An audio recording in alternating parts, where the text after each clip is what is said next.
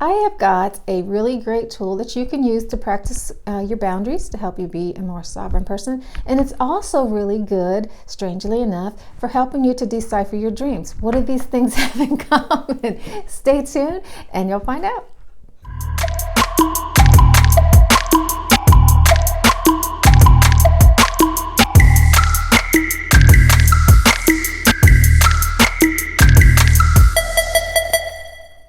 Hi, it's Laura Giles with Pan Society. Thanks so much for giving me a couple minutes of your time.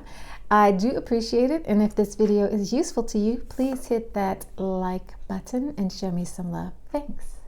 So, what does dream interpretation and sovereignty have in common?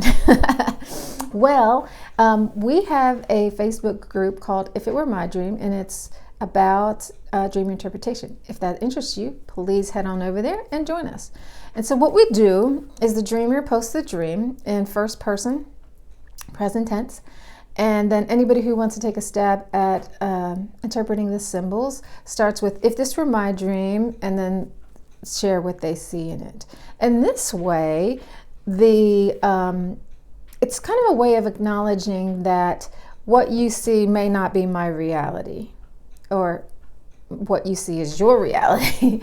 So if it was a dream about a bear, well, there's the archetypal bear, and we probably will all agree on certain things about what a bear symbol means. And then there's going to be personal meanings, so things that reflect your understanding and experiences of life, and things that reflect my understanding and experiences of life. So if when you were growing up there was a circus and they brought the bear to town and it was a really happy, joyous event, then that bear might remind you of that. It might remind you of happy times and family and connection and that kind of thing. Whereas if I was on a camping trip and a bear ransacked all of our food and terrified everybody, then bears might be a signal to danger. Now, who's right or who's wrong? There's really not any right or wrong. It's just, this is your experience and this is my experience. And that's kind of what the If It Were My Dream practice can help you with when you're trying to develop a sense of sovereignty. So we had a retreat where we did the dream group every morning.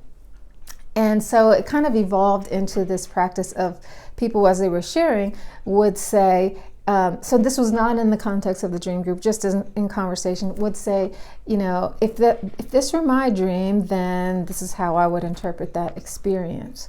Because it's a way of showing respect for, I know this is not my reality, this is not my experience, this is how I would see it, this is how I would handle it. Feel free to reject it or use whatever you can. And in that way, it becomes less personal, less judgy, and more useful. And it helps us to separate what's ours from what someone else's.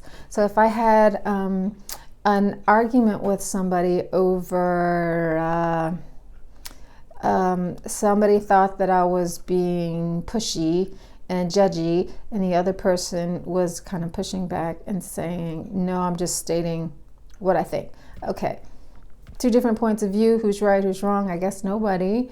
But so one person is saying, in my reality, this feels invasive, not validating, that kind of thing. And the other one is saying, I'm just trying to be objective.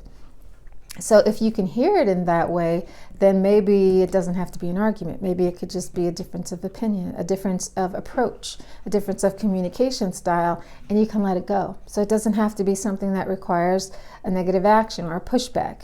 You see what I'm saying? You know, so when we're sovereign people, we can assert our feelings and our desires without making it a problem. It just becomes like, this is the view from where I stand. This is the view from where you stand. How are we going to negotiate this space together? And it makes us stronger people because we don't have to justify ourselves and we don't have to explain ourselves. It's just, this is where I am. I'm a sovereign being. You're a sovereign being. See what I'm saying? So I hope that little cheat or strategy helps you out to be more sovereign people and give other people their sovereignty too.